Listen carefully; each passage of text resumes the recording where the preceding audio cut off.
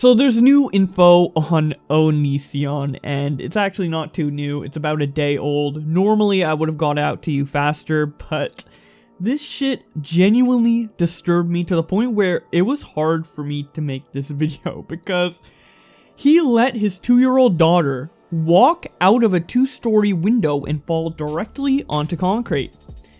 And his actions surrounding this incident is not one of a father who is concerned about their daughter's health after being... You hear that? I hope those police are after Onision. Unfortunately, I don't live that close to Onision, so they're not actually, but that's what should happen with Onision.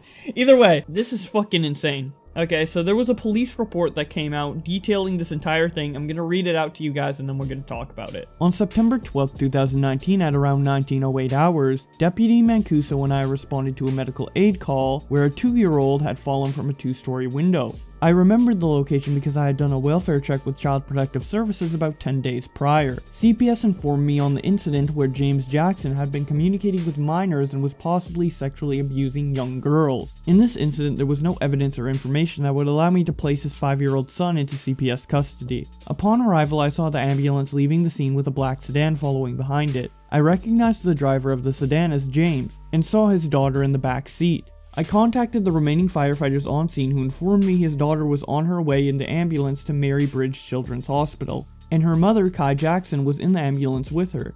The firefighters informed me they did not get much information from Kai or James yet, other than she had fallen from the window. They informed me when they arrived, Kai was hovering over her daughter who was laying on the side underneath the window on the left southwest corner of the house in front of the garage. They said she was lying partially on the screen, which was on the ground as well. I noticed the window on the far left side of the house was slit open, and beneath it lay the screen. I did not notice any blood or other markings that would show where the daughter hit the ground. Deputy Mancuso photographed the exterior of the residence and later transferred them to case images. I contacted Sergeant Nicodemus and advised him of the incident, and he instructed me to contact Detective Moss regarding the incident. I contacted Detective Moss, who instructed me to meet her at Mary Bridge Medical Hospital to interview Kai and James. I assisted Detective Moss at Mary Bridge as she interviewed Kai and James. There was no evidence collected. There is nothing further. On September 12, 2019 at approximately 19:25 hours, I received a phone call from Deputy Gratt regarding an incident that occurred at Redacted. Deputy Gratt explained that James Jackson called 911 and reported that his 2-year-old daughter had fallen from a 2nd-story window by pushing the screen out. Deputy Gratt said that he had been out to the residence before to assist Child Protective Services in checking the children due to concerns that James ran a YouTube channel with content about child molestation. Deputy Gratt said that the daughter was being transported to Mary Bridge via ambulance. I met Deputy Gratt at Mary Bridge Children's Hospital. The daughter had been brought into a CT scan immediately upon her arrival. Lieutenant Johnson said that when he arrived on the scene, Kai Johnson was with the daughter. Lieutenant Johnson said that the daughter was on the cement driveway directly underneath an open window laying on her side. He said that there was a window screen partially underneath the daughter, which was broken in the corner. Lieutenant Johnson said that the fall was not witnessed, and he was told that Kai was in the kitchen making dinner and James was in the garage. Lieutenant Johnson said that James said he heard tapping on the outside of the garage, and when he went to investigate, he saw that his daughter had fallen.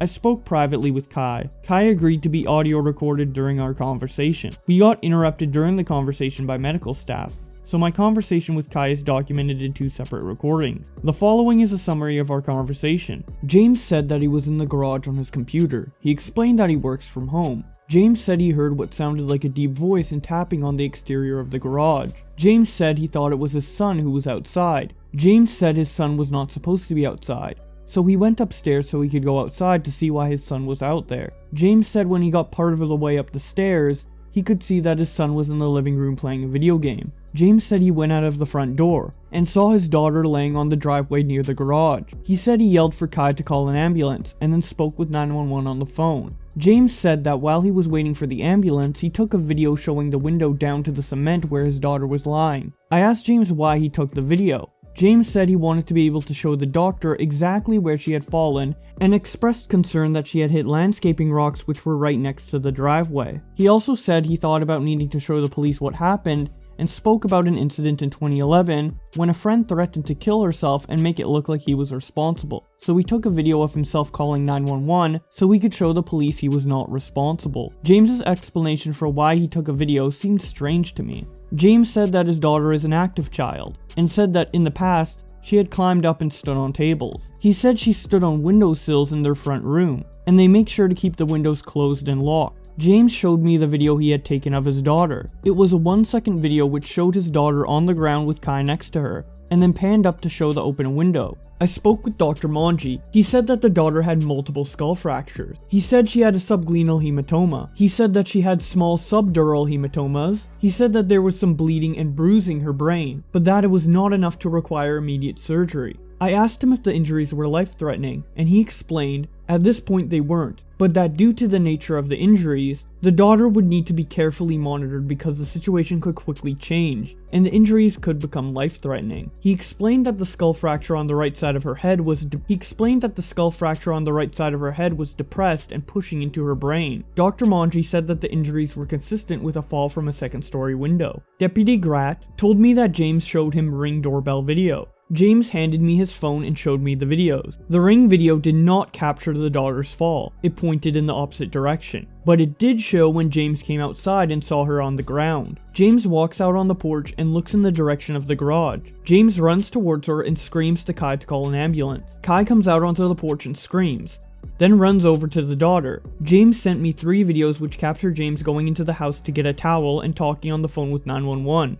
James emailed me copies of the videos. I asked Kai and James if I could go to their home and take some photographs. They both agreed. I explained why they did not have to allow me to go into their home and take pictures, and that they could change their minds and tell me to stop. I gave James my work cell phone number, and told him to call me if he did not want me to take pictures. Kai asked me to check to make sure the stove was off, and also asked if I could let their dogs in from the back porch when I left. James provided me with the code to get in the front door. Forensics Officer Anderson and I responded to the resident. Deputy Mancuso was on the scene and said nobody had gone inside. I observed a partially open window above the garage and the screen laying on the ground on the driveway underneath the window. The corner of the screen was broken. I also saw a children's plastic spoon and a flattened Capri Sun on the ground near the screen. Forensics Officer Anderson measured the height from the driveway to the window. The height was 149 inches. Forensics Officer Anderson photographed the scene. We went inside the residence. The home is a split-level home. We went upstairs and down a hallway to the left of us. The TV was on, the window was partially open, there was a twin-size bed, the headboard of the bed was several inches thick on the top, thick enough to be climbed on. The headboard and the windowsill overlapped, so it would have been possible for the daughter to climb from the bed onto the headboard and then get onto the windowsill. And that is about it for the police report on this situation. Holy shit, there's a lot to get into, but before we get into that, some people on Twitter were able to dig up what Onision was doing during this time where his daughter was in the hospital. And it does not look good, my friends. It does not look good at all. Big Money tweets out, just a reminder, this is the kind of gross shit Onision was tweeting while at the hospital with his daughter. So let's check out what the fuck he was tweeting while his daughter was writhing in pain from falling out of a window due to his bad parenting. He was tweeting out, "I want to ride you unprotected. I want to see your eyes quiver as you realize I just made you a mommy. I know you don't talk to me expecting I'll listen. We both know I never do. The real reason you open your mouth towards me so often is in the hopes that at least once you'll catch my cum. So keep pretending you mean anything you say. I'm almost there, my little slut. Don't be upset with anyone who trash talks me. I'd be pissed too if I wasn't allowed to fuck me. Please swish a cube of ice around your mouth before you put it in me again. Your spicy tongue is making me throb.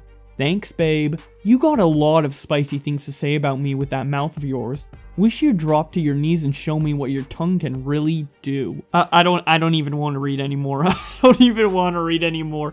This is what he was tweeting out while his daughter was... What? Why? Why would that even be on your mind? How? I just don't understand in the slightest how your mind could be in this place during that time. What the fuck? Seriously, what the fuck? Whomstances responds to Big Money's tweet by saying, "It didn't even occur for him to empathize with his daughter." And he just continued, business as usual, like nothing happened. There's no indication between time gaps of a family emergency even. His daughter getting injured and in ER is just another night shitposting on Twitter. Leximu says, Your daughter falls out of a window, which results in a brain bleed, and instead of comforting your injured 3-year-old, you record her and then tweet these things at the hospital. I hope she never knows the monster you truly are. I hope she's saved before she gets the chance. I 100% agree. Normally, I wouldn't advocate for YouTubers to have their children taken away even if they've done horrible things, because I don't really think their horrible behavior is necessarily indicative of how good of a parent they are. But with cases like Daddy05 and Onision, 100% get those kids out of the home as fast as possible. How the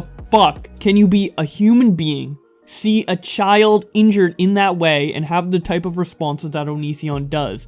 Not to mention the fact that he's the father. Even if it was like a random kid that you had no relation to or didn't know whatsoever, how the fuck, as a human being, could you respond in the way that Onision did? Not to mention the fact that Onision's the actual father, so his response should have shown more concern than the typical passerby who would have seen this suffering child. But not only does he not have the response of a typical father, he doesn't have the response of a typical human being. Jesus fucking Christ. Who sees their daughter in pain from falling out of the window and the first response they have is, hey, let me record this so I don't get accused of pushing my daughter out the window because something similar happened 8 years ago. Shut the fuck up and attend to your daughter. Like, what? I'm baffled. Let's continue reading. So Repsion says, protect children, they are our future. If you put children in harm's way or don't even take the proper precautions to make sure your child is safe, you are a terrible parent. Child locks. They exist. Use them. Someone then responds, huh? I grew up unprotected, and I feel all the better about it. Letting me live my life, understand the rights and wrongs. Protecting children doesn't help them. It hinders them. You want to create a bunch of weak children who need their parents to take care of them? Then Repsion replies, what the hell are you talking about? There's a difference between repressing/hiding your kid from everything to the point where it stuns them versus putting a child lock on your window so they don't get a skull fracture from a 12 feet fall. Jay Aubrey says, for those of you who are unaware, Onision's daughter fell out of a 2-story window on September 12th, cracking her head open. Greg then filmed the aftermath to prove to the police it was an accident. He had the gall to post a series of sexual tweets over the coming days, namely this one, where he says, stand in front of the window over there. The world should see how pathetic and helpless you are. I'm going to humiliate you, and right before you lose consciousness, I'm going to destroy you. Now, not only is that tweet extremely weird and inappropriate for the time he's posting it, he also references standing in front of a window. Huh. Chris Hansen then posted this video in response to the situation. As you know, Onision, aka Gregory Jackson, aka James Jackson, has filed for a court personal protection order against a YouTube streamer named Repsion and me. This in Washington State. It appears now, though, according to our investigation, the greatest danger to Onision's family may be within that home, not from a YouTube streamer or a curious reporter who came knocking on his door a week or so ago. We've now obtained Pierce County Sheriff's Department reports about a 911 call in September of 2019. According to the transcripts, Onision and Kai's young daughter fell from a second-story bedroom window, landing in the driveway. Now, no one wants to see a child injured, especially me, who spent much of his career protecting children. But it highlights some very disturbing questions about what's been going on inside that home. So now we understand from the report that both Greg, Onision, James, and Kai were interviewed. One investigator noted that it was, quote, strange that Onision actually took video of the child suffering in the driveway, then panned up to the window from where that child apparently fell. There are many other strange things about this report and Onision's behavior. We'll be digging into all of those, and attorney Mike Morse and I will have much more later in the week. So stay tuned. Onision Unprivated says, now that his criminal child negligence has become public knowledge, Chris has done another deep wipe of his Twitter. These 4 tweets are all that's left of the past 6 months. Stay scared, you piece of shit. Aldi says, don't forget, Greg made this video mocking Kai for trying to talk to him about Greg ignoring his baby daughter, who was about 1.5 years old at the time. Maybe he should have paid more attention. Greg's whole career is rewriting instances of his life where he's always right and morally superior, and anyone who disagrees with him is wrong and insane/evil. Never trust someone who jerks themselves off this much. Here's the video she's talking about. The original caption she gave to this video was, "Did Greg think people would sympathize with his behavior here? He ridiculed and dismissed Kai's valid concerns by making him look as irrational as possible in this comedy sketch, and then belittles and demeans him. This abuse is normalized with them." And the convert thread of leaving Kai in the title, quote, "How to lose your husband in under 2 minutes." And he ridicules and dismisses his own daughter by saying she's not worth talking to because she has snot on her nose and can't talk yet. You know, like a normal baby. And he posts this online to humiliate Kai. And he's yelling loud enough that there's no way that everyone can't hear him in their small house. Jesus fucking Christ. Onision is a straight